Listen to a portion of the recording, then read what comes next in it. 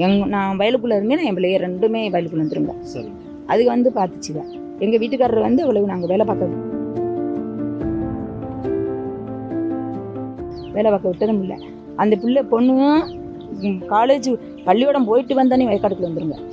இருட்ட வரையில் வேலை பார்ப்போம். இருட்ட வரையில் வேலை பார்த்துட்டு அப்புறம் மாடுகளில் பிடிச்சி கட்டிட்டு வீட்டில் அந்த 7 மணிக்கு மேலே சாப்பாடு செஞ்சு சாப்பிட்டுக்கிறோம். அதே மாதிரி தான் பையனையும்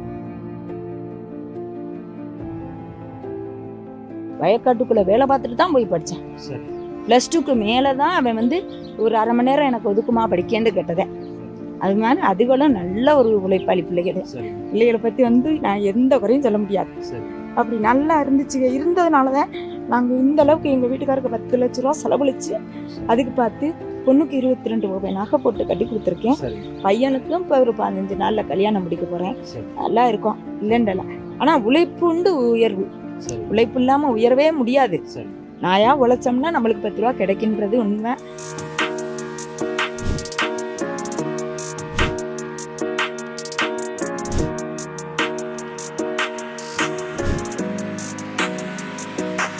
இப்போ நம்ம தோட்டத்தில் பார்த்தீங்கன்னா பச்சை வாழை இருக்குங்கம்மா. இந்த பச்சை வாழையை வந்து அமைக்கணுங்கிற எண்ணம் இது எப்படி உங்களுக்கு வந்தது? இதுக்கான பராமரிப்புகள்லாம் எப்படி பண்ணுறீங்க? இதுக்கு எப்படி கூடுதல் கவனிப்பு ஏதாச்சும் பண்ணுறீங்களாங்கிற ஒரு விவரங்களாக நம்ம நேயர்களுக்கு பகிர்ந்துக்கோங்கம்மா. வேறு ஒன்றும் இல்லைப்பா. இது வந்து நான் வந்து பிறந்தது கொடுரோடு மாவட்டப்பட்டு. எங்கள் வீட்லேயும் விவசாயங்கள் நிறையா இருந்தது தான். அப்போயுமே எங்கள் வீட்டில் ரோஸு எல்லாமே இருந்தது. அப்போ எங்கள் அப்பா அவங்க எங்களுக்கு வந்து இங்கே வயக்காடு இருக்குன்னாலையும் இந்தப்பா வந்து வாழைப்பழம் கொண்டு வரதை விட நீ கட்டையை கொண்டு வச்சுக்கோ, விவசாயத்தை பார்த்துக்கணும். இந்த வாழை மரங்கள் அங்கேருந்து கொண்டு வந்ததான். பிறந்த வீட்டிலேருந்து கிட்டத்தட்ட 30 வருஷம் ஆயிடுச்சு என் கல்யாணம். 25 வருஷம் ஆச்சு அவங்க கொடுத்து. அதுக்கு மேலே அப்படி அப்படியே நான் கட்டைகளை எடுத்து வச்சுக்கிட்டு அந்த இதுலேருந்து விவசாயத்தை பார்த்துருக்கேன். நானும் பிறந்ததுலேருந்தே விவசாயம் எனக்கு தெரியும். அதனால நம்ம வந்து சாணந்தான் முக்காசி மாட்டோட சாணத்தை போட்டு குப்பை ஏறும். இது ரசாயன உரமெல்லாம் வாழை மரத்துக்கு நாங்கள் போட்டதில்லை. ஏதோ ஒன்று கொஞ்சம் கொய்யா கண்டுக்கு போடுவோம் மொழிஞ்சி. அதுவும் இப்போ தானே நட்டுருக்கோம் கொய்யா கண்டு. முதல்ல வந்து ரோஸ் இருந்ததுனால ரோஸ் தான் நம்மளுக்கு ஒரு பெரிய முதலீடாக இருந்தது. அதுக்கு அடுத்து இப்போ கொய்யா கண்டை நட்டுருக்கேன். ஏன்னா அதில் இப்படி இன்னும் எடுத்து நான் போக முடியாதுன்றதுக்காக சின்ன இதுகளை இப்போ பார்த்துக்கிட்டு இருக்கும்.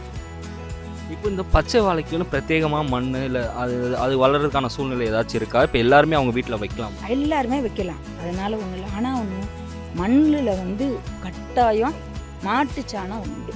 அதுவும் பச்சை சாணியாக போட்டால் கண்டுக்கப்பட்டுரும். அது வந்து உலர்ந்த சாணியில் நம்ம மண்ணோட மண்ணாக அப்படி வெட்டி பெரட்டி அந்த கண்டை வச்சோம்னா அதில் ரெகுலராக தண்ணி பாய்ச்சினா கண்டு நல்லா வந்துடும். ஆனால் அதை சுற்றி காற்றடிச்சா இயற்கை சிற்றத்தில் ஒடிஞ்சிரும். ஒடிஞ்சாலும் நம்ம திருப்பி அடுத்த கண்டுக்கு நம்ம மண் அணைச்சி நல்லா தூர் கட்டி வச்சோம்னா எந்த விவசாயமும் சோடலை. ஆனால் உழைப்பு அதிகம். அந்த உழைக்கிறோம்னா அடுத்தவங்களுக்கு போனால் 2 மணி நேரத்துக்கு நம்ம களை வெட்டணும். அந்த களை வெட்டுறதுக்கு நம்ம வயல்களில் நம்ம களப்படுத்தி. ஆனால் எங்களுக்கு போர் இருக்குது. எங்கள் வீட்டுக்காரர் கையிலேயே கிட்டத்தட்ட 2000 போர் போட்டு கரண்ட் இழுத்துட்டோம். 50,000 ரூபா ஸ்கீம். அப்போ வந்து அம்மா பீரியடில் 50,000 ரூபா ஸ்கீம் கட்டி நாங்கள் போட்டதுனால அதுலேருந்து இப்போ ரீதி ஆண்டவனத்தில் தண்ணி இருக்குது. என்னமோ பசியாத கஞ்சி குடிக்கிறோம்.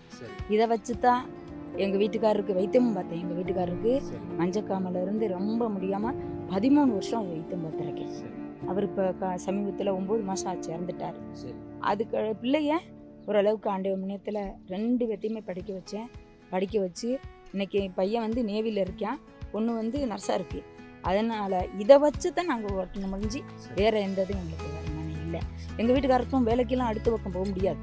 ஏன்னா மஞ்சக்காமலை முத்துனால அவருக்கு வைத்தியமே 10 லட்ச ரூபாய்க்கு மேலே பார்த்துருக்கேன்.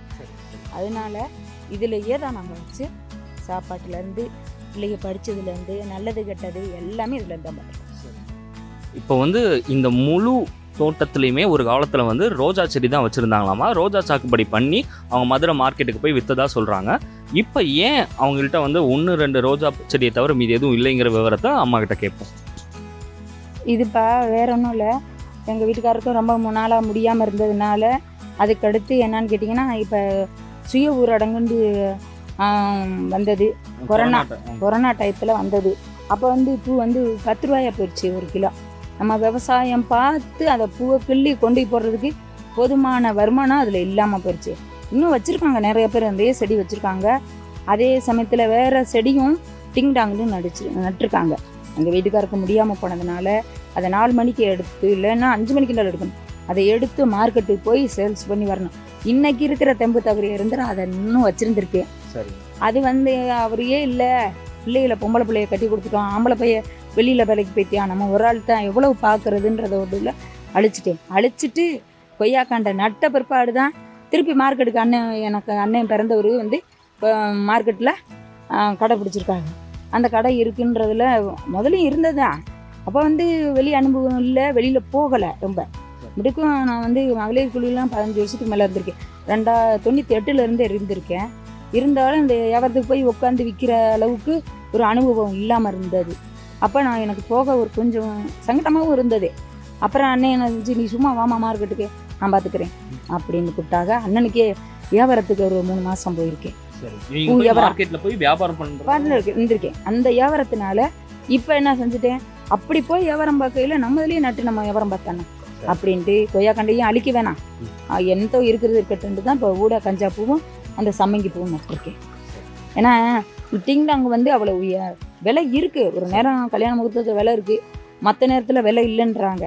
சரி, அது வேணாம், இதை நம்ம முடிஞ்ச மட்டுக்கு போட்டு பார்த்துக்குருவோம் அப்படின்னு பார்த்துக்கிட்டு இருக்கேன். சரி, இப்போ பூச்செடி வளர்ப்பில் வந்து ஒரு மிகப்பெரிய சவால் என்னன்னு பார்த்தீங்கன்னா, அந்த மொட்டுக்கள் வந்து நிறைய உதிர்ந்துடும். அந்த இப்போ ஏன்னு கேட்டிங்கன்னா, இப்போ ரசாயன உரம் வந்து அன்னைக்கு ஃபுல்லாக இதுமே ரோஸுக்கு ரசாயன உரம் மொட்டு வந்து உதிரவே உதிராது. ரோஸில் மட்டும், ரோஸில் வந்து மொட்டு உதிராது. இந்த இருக்குங்க மொட்டு, இது இப்போ மருந்தே அடிக்கலான்றாலும் பூ இருக்குது. உங்களுக்கு வந்து அப்பப்போ புழு விழுகும், செடி வந்து சுருட்டை விழுகும். சரி, ரோஸில் சுரட்டையும் இது விழுகுமா. அப்போ வந்து மோனாசெல் ரோக்கர் முந்தி காலத்து மருந்துங்க. அதில் இப்போ வந்து கொஞ்சம் மாற்றத்தை கொண்டாடுறாங்க. அதுலேயே 1000 கம்பெனி. ஏன்னா இப்போ 100% எத்தனையோ வண்டி மாறி வந்துருச்சு. ஹீரோகண்டாண்டு அதுலேயும் வந்துருச்சு. அந்த மாதிரி இந்த மருத்துவத்துலேயும் 1000 மாற்றங்கள் வந்துருச்சு. இதுக்கு வந்து பஞ்சகாபியா இதுகள்லாம் அடித்தாலும் கேட்காது. அதனால அந்த நாளையிலேருந்தே எங்கள் அப்பா மறந்துருக்கிறோம். எங்கள் அப்பா அவங்க விவசாயம் தான் எங்கள் வீட்டுகள்லையும். அப்போ இருந்தே பார்த்துருக்கேன். எங்கள் அப்பா கூட நான் மருந்து ஊற்ற தண்ணி ஊற்றெல்லாம் போயிருக்கேன். மோனாசில் ரோக்கர் தான் ரொம்ப சொல்லுவாங்க. அதே இதில் இப்போ என்னென்ன கலர் வந்துருச்சு. இப்போ வந்து குழந்தை கிள்ளி கொண்டு கொடுத்துட்டா அங்கே பாம்பேடு விஷான்னு இதுகளில் வந்து மருந்தை கொடுக்குறாங்க. அதுகளை வாங்கிட்டு வந்து அடிக்குதுங்க. பஞ்சகாபியான்னு இருக்குது, அது இன்னும் அவ்வளவு ஹெல்த்தியாக விசுக்குன்னு ஒரு கண்ட்ரோல் பண்ணுறதுக்கு இல்லை, உடனடிக்கு. ஆமாம், ஏன்னா நாட்டு மருந்து வந்துங்க எப்படி போனாலும் 40 நாளைக்கு எடுத்து தான் கேட்கும். சரி, அதுக்குள்ளே இப்போ பூசானம் என்னென்னமோ வியாதி வருது. சரி, நம்ம மனுஷனுக்கு வர்றதை காட்டிலும் செடிகளுக்கு அதையும் தான் வருது. சரி, அதனால் இப்போ கொஞ்சம் அந்த நடைமுறையில் ரசாயன உரத்தையும் தேட வேண்டியதாக இருக்குது. சரி, அதனால் பூ வந்து தளவு இல்லாமல் இருக்கும், மெலிஞ்சி இது இருக்கும். தளவுக்குமே அடிக்கடி களை வெட்டி, ஒரு களை வெட்டிக்கு இருக்க பொடி போட்டோம்னா அதுலேயும் நமக்கு நட்டலை. என்ன அங்கே வேலை பார்க்குறவங்களா எல்லாருக்கும் அதிகமான பாடு இருக்குது. அதில் 10 ரூபா வருமானமும் இருக்குது.